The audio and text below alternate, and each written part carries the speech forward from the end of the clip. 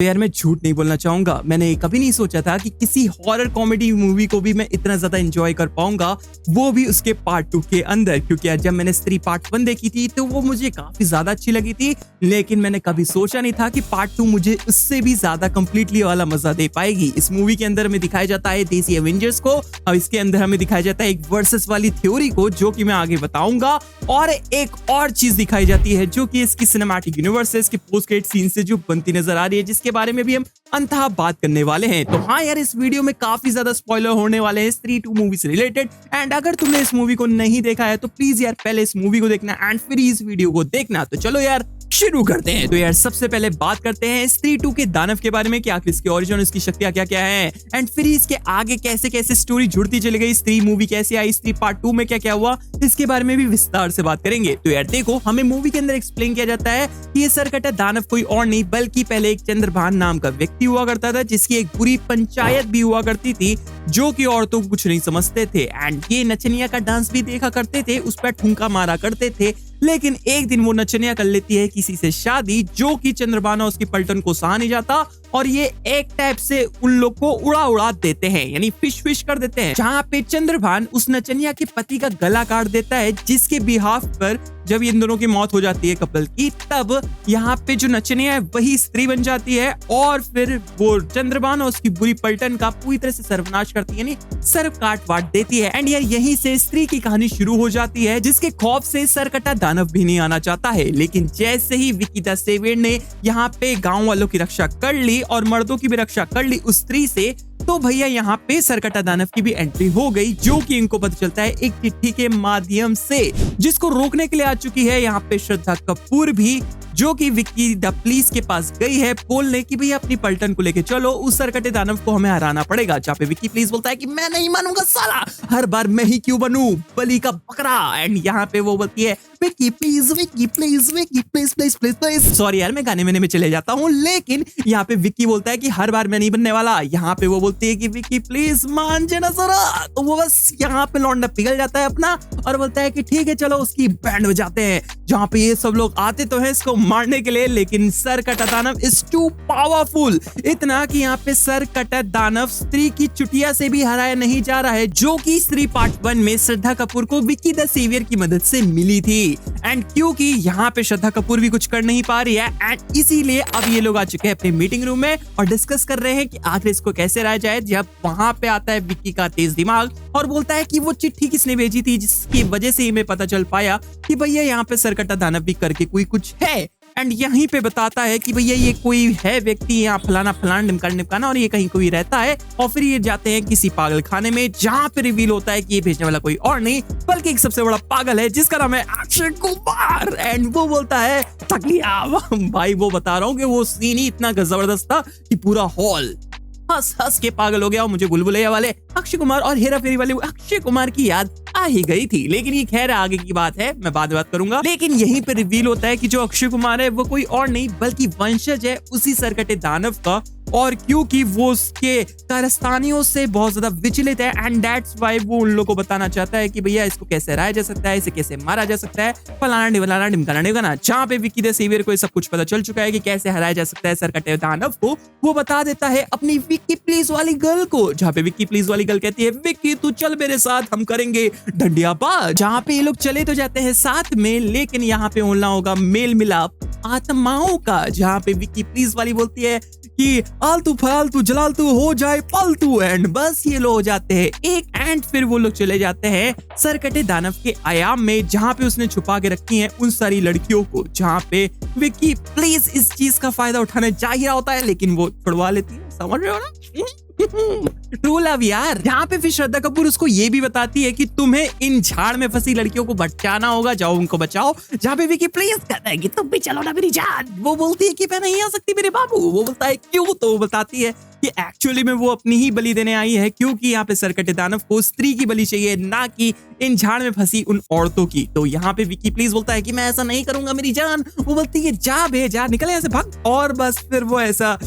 सुनकर बहुत रो रहा के जा ही रहा होता है। एंड फिर यहाँ पे रिवील होता है कि अगर यहाँ पे स्त्री मरी तो ये झाड़ में फंसी लड़कियां भी मर बढ़ जाएंगी, मतलब इनकी आत्मा भी चढ़ बढ़ जाएगी एक टाइप से सरकटे दानव को। तो यहाँ पे सरकटे दानव का अंत करना होगा एंड तभी जाके ये स्त्री जो फंसी हैं झाड़ के अंदर ये सब भी मुक्त हो पाएंगी एंड अपनी विक्की प्लीज वाली गर्ल भी बच पाएगी। तो यहाँ पे विक्की द सेवियर और अपनी स्त्री की चुटिया यहाँ पे शक्तिशाली एकदम चमकी चमकी चल रही है, लेकिन बता दूं भाई सरकटा दानव इज टू पावरफुल, इतना कि इन दोनों को धो धा चुका है, जहां पे आना ही पड़ जाता है एक को जिसका नाम है आऊ, मतलब कि यार भेड़िया को आना पड़ जाता है, जो कि आता है एकदम कुत्ते वाले स्टाइल की तरह। मुझे मतलब सच्ची बता रहा हूँ वो स्टाइल तो पसंद आया था, लेकिन वो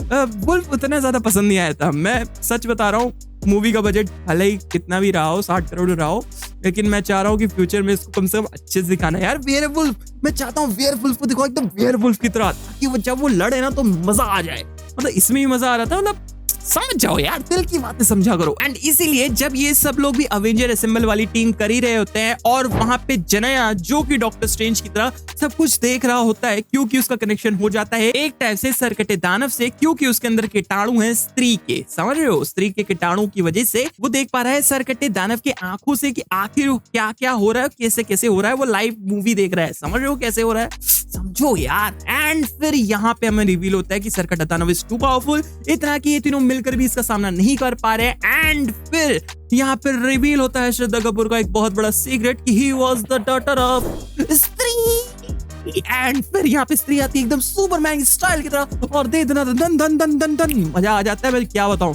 मूवी देखो ना काफी ज्यादा मजा आएगा, सच बता रहा हूँ। लेकिन यहाँ पे स्त्री को भी चाहिए एक ऐसी शॉट जिसकी मदद से उसने कभी सरकटे दानव को भैया उसका गला वाला काटा था, जो कि फंसी हुई है एक लकड़ी में, जिसको निकालने के लिए यहाँ पे विक्की द सेवियर को अपनी दिल की शक्ति से निकालना पड़ेगा, जो कि वो अंतः कर लेता है एंड दे देता है अपनी स्त्री को, जो कि देवी मां स्टाइल की तरह सरकटे दानव की टांगों को काट देती है, क्योंकि उसे भी पता है कि अगर वो सरकटे दानव के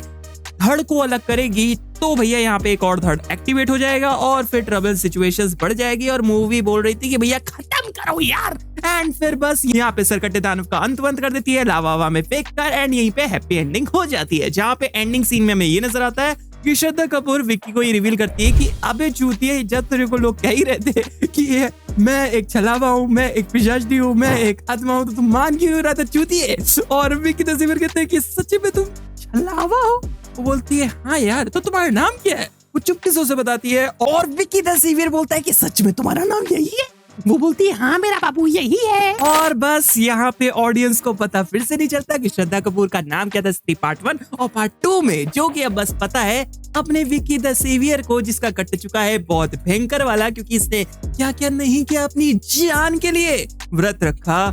पता नहीं खाना वाना भी नहीं खाया, पता नहीं फ्रेंडशिप भी नहीं किया, जो कि उसने गाने में भी काफी बार रिवील किया। तो यार सोचो कितना दुख होता है, एक और भाई का कट जाता है, जो कि अब वो काट रहा है ऑडियंस का नाम ना बता के, लेकिन साला इसे रोज पूछेंगे मीडिया वाले, अबे नाम बता भोसड़ी। यार मैं समझ रहा हूँ कि हाँ एंडिंग सीन थोड़ा कटवा बटवा वाला था, लेकिन इस मूवी के पोस्ट क्रेडिट सीन बहुत ही जबरदस्त थे, जिनमें से पहला पोस्ट क्रेडिट सीन वही मुंजिया वाले पोस्ट क्रेडिट सीन के एक्सटेंड वर्जन के साथ आता है, जहाँ पे भैया अपना भास्कर नंगा पुंगा घूम रहा है स्त्री कांड के बाद, एंड जना उसके लिए ला रहा है कपड़े मेरे यार और बोल रहा है कि चल बे फटाफट दिल्ली भागते हैं। जहाँ पे भास्कर जना को ये बताता है कि दिल्ली अब सेफ नहीं, क्योंकि वहां पे आ चुके हैं वैम्पायर। एंड मैं तुम्हें बता दूं कि इस यूनिवर्स की एक और कहानी होने वाली है वैम्पायर ऑफ विजयनगर करके, जिसमें शायद हमें ग्लिम्स देखने को मिल जाए वेयरवुल्फ वर्सेस वैम्पायर की कहानी, जो कि तुम्हें भेड़िया 2 में देखने को मिलेगी। और बस यहाँ पे हाइप चढ़ जाएगी, भेड़िया 2 में देखनी है ये। बस मैं चाह रहा हूँ कि वेयरवुल्फ को अच्छे से दिखा देना,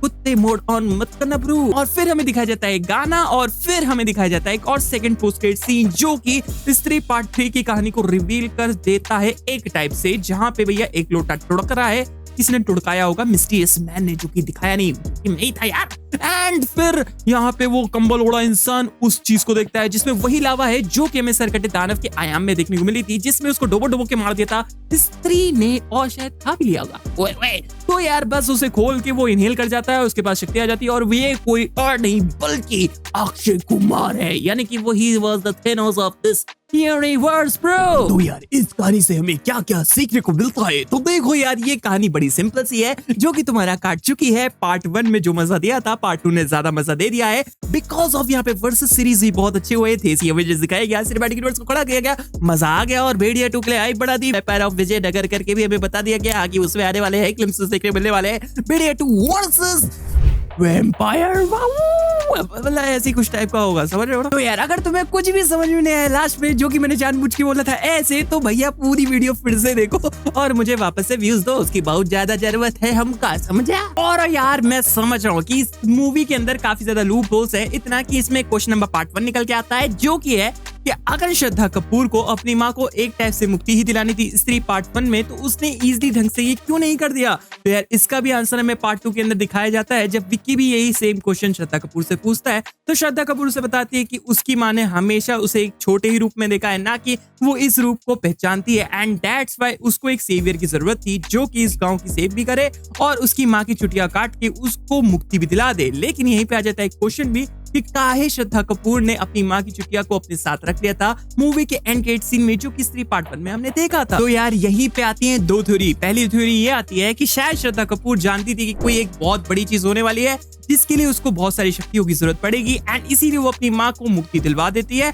और माँ की शक्तियों को अपने साथ धर लेती है उस बड़े पर्पस के लिए। एंड अब आ जाता हूँ मैं अपनी दूसरी थ्योरी पर, जिसमें यह है कि मूवी के मेकर्स ने कभी सोचा ही नहीं होगा कि वो इस तरह से श्रद्धा कपूर को कभी फ्यूचर में दिखाने वाले हैं, एंड दैट्स व्हाई जब उन्होंने ऐसा कुछ किया तो मूवी के अंदर कई सारे लूप होल्स क्रिएट हो गए, जिसको ऐसे ही कुछ थ्योरीज के साथ भरा भर दिया जाएगा, समझ रहे हो?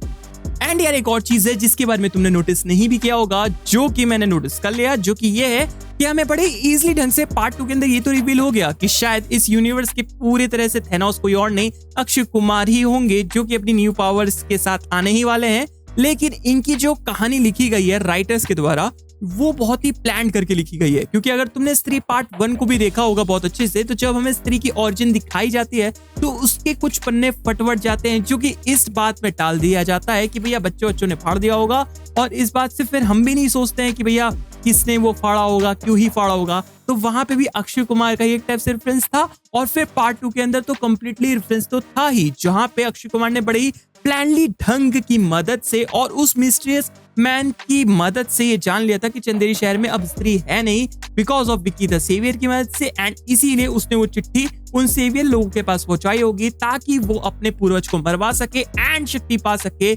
न्यू वाली, जो कि वो चाहता होगा। एंड शायद हमें ये भी दिखाया जा सकता है कि इस मूवी के अंदर जो अक्षय कुमार है वो स्प्लिट पर्सनैलिटी के शिकार है, एंड दैट्स व्हाई वो पागल खाने में भर्ती करवाए गए हैं, जो कि और भी ज्यादा बढ़ चुकी है, जो कि हमने शायद मूवी के अंदर भी देखा था, जो कि रिवील होगा पार्ट 3 के अंदर। एंड इसीलिए हम पार्ट 3 और भेड़िया 2 एंड इस पूरे यूनिवर्स के लिए बहुत ज्यादा एक्साइटेड हो जाते हैं।